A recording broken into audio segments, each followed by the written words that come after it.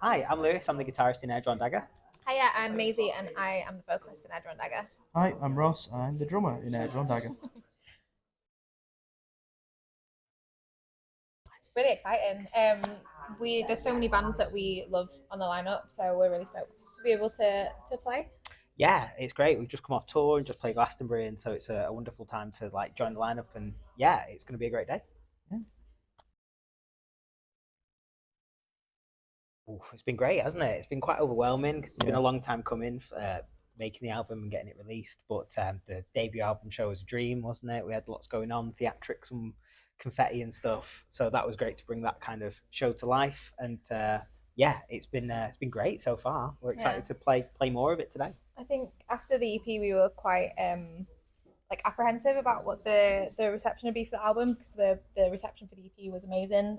So to have like great feedback from the album has been a massive relief, I would say. So the whole thing is a concept album, and there's a lot of different themes in it. So there's a little bit of kind of fear of dying, fear of like the passage of time. There's a lot of kind of narrative around like the state of the world. It's kind of a coming of age as well. I think quite a Yeah. lot, and like it's us finding ourselves a bit, and it's also I think that comes across in the music, and like really settling on the sort of the theme of it, and a lot of sense of like finding your own place when you don't necessarily belong in the realm you're in. I think that comes across quite a lot. Yeah, sums it up. Yeah, surreal, insane. Yeah, everything you're expecting. It was like beautifully chaotic. Yeah, dream come true. To go through the emerging talent side of things and actually end up with a slot was brilliant. We all got sunburned. Yeah. Maisie's tent fell apart immediately on day one, and it was a dream come true. It's my first Glastonbury as well, so that place is insane. Mine too. Nothing prepared me for Glastonbury. Yeah, yeah. Hopefully we'll get to return. You watch Weezer. You watch. Yeah. That's how we prepared. You like breathe in so much dust for 3 days that Yeah.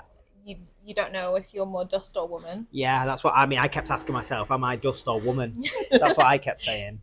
And then before you know it, it's set time, and you've been there for 4 days, yet somehow you run late, and you're doing vocal warm ups behind a bin, and that's how you prepare. And then you go and do it, and it is what it is. But, also, I just think we decided because it is such a diverse lineup, we just decided to be like the most Drawn Dagger that we could be. And I think we did that. Yeah. It involved climbing on the bar and getting people involved, and there was like a lot of dancing, a lot of people discovering us for the first time. That we've since had loads of messages, people saying that it was their favorite set of the week, which is quite no mean feat when like so many incredible bands are there. So yeah, it was surreal and wonderful.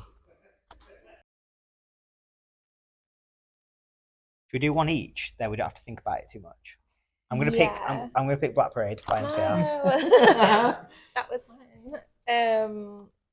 Pick something else you love, maybe like a Shikari. Yeah, and I was gonna say Takes the Skies just because that was such an important album for me at the time. Like when I was listening to it, I was like, oh, this is music. Like so maybe Takes the Skies went to Shikari. Who I actually saw in this venue. You've seen him at this venue? And they were amazing. Full circle.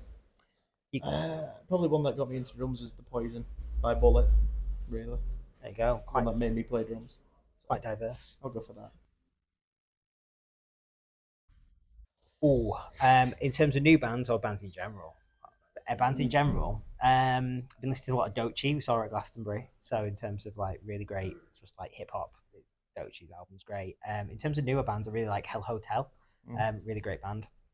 I'm listening to a lot of the Libertines after Glastonbury. I used to listen to Libertines all the time as a kid, and now like I'm just like really revisiting them. And then I'm really late to the game and discovered Movements recently. I was like, why have I not listened to these before? Saw them at Slam Dunk and they were sick. So that's literally all that's been in my ears for the past 2 months. Yeah, currently doing a lot of Stray's new album and a band called King 810. Oh yeah. Yeah. Nice. Yeah. Quite, again, Lots of very riffs. very different stuff. Yeah, lots of riffs. Yeah. Choose one each. Yeah. Okay. Do you want to go first? Wow, it's Wow. hard. That's a hard one for early. You get one word. Yeah, one word. Delicious. Sweaty. Party. Oh, ew. That is not what we sound like. Don't put me in that order though. Whatever you do. Hate that. Yeah. Oh. It Well, is. anyway. Oh, it kind of always changes, doesn't it, per song? A lot of the time, like me and Maisie will start an idea where I've just start demoing random stuff. Then we put like top line lyric stuff on, and then Ross has to clean up the mess. That's like the conveyor belt. Yeah. Or we'll just start with a riff randomly, or we can start just jamming in a room, or you've got sort of idea, sort of for a theme or something. Or sometimes we'll sit around and think like, what's an itch we want to scratch? What does a certain like song or band or movie or something create that sort of emotion in us that's like you can't really put into words, but it feels a certain way, and then we'll try and write to that brief. We're also really big on visual mood boards when we're writing for like an album or an EP, and if we find something on the mood board that we haven't written yet, then we'll be like, we need to write like cybergoth dancing under the the bridge, meme, the cybergoth meme. We're like, we haven't actually put that into the album yet. Where how do we get that flavour? Yeah, how do we get that flavour is something we say a lot. Or sometimes it's like Cardi B in a limo, and we're like, where's that on the album? I don't think we haven't got that yet. So and that'll be a bridge somewhere. Yeah. It doesn't make sense to anyone usually apart from us, so we just have to develop our own weird like language until we feel like we've completed the mood board. I think there's a bit of everything there.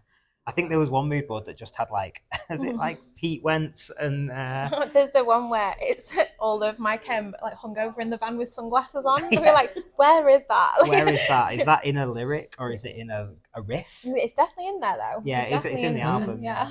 So gibberish basically. That's the writing process.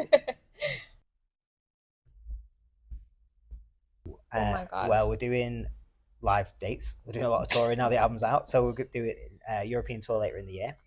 We're finishing up sort of a run of festivals at the minute, and then we're releasing a documentary about the making of the album and sort of the band up until this point this summer as well. So and then there's a lot more live stuff to be announced as well. Yeah, it doesn't really stop. No, that's kind of it.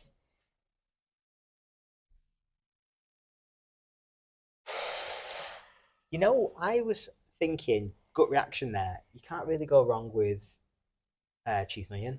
I was going to say, so like Tesco's Finest do a cheese and onion, and it's vegan. Bougie. And they're £1.50 for a big bag. That's not bad. And they are the best cheese and onion crisps, and they're vegan. And I think that might be my favourite crisps. Yeah. I've been doing a lot of the barbecue lentil chips from out I was just going to say, as a band, we do hummus chips. Tomato and basil hummus chips is what I go to. Oh my God, imagine an Aldi endorsement. Oh, Aldi, get on it. Honestly, there's so many crisps. We buy all tour, we have to stock up at Aldi, and we get so many crisps. So many crisps. Just Like- send us some crisps. It's been tight. It's lentil, they're quite affordable, but I can't overstate how many we go through like a day. Like, it's bankrupting us. For £2 a month can help us. We're gonna have to get a Patreon tier just for crisps. The Aldi crisp budget's getting outrageous, man. Honestly, so yeah, maybe we'll go with them as a collective answer. It's gonna be a long day, Lauren.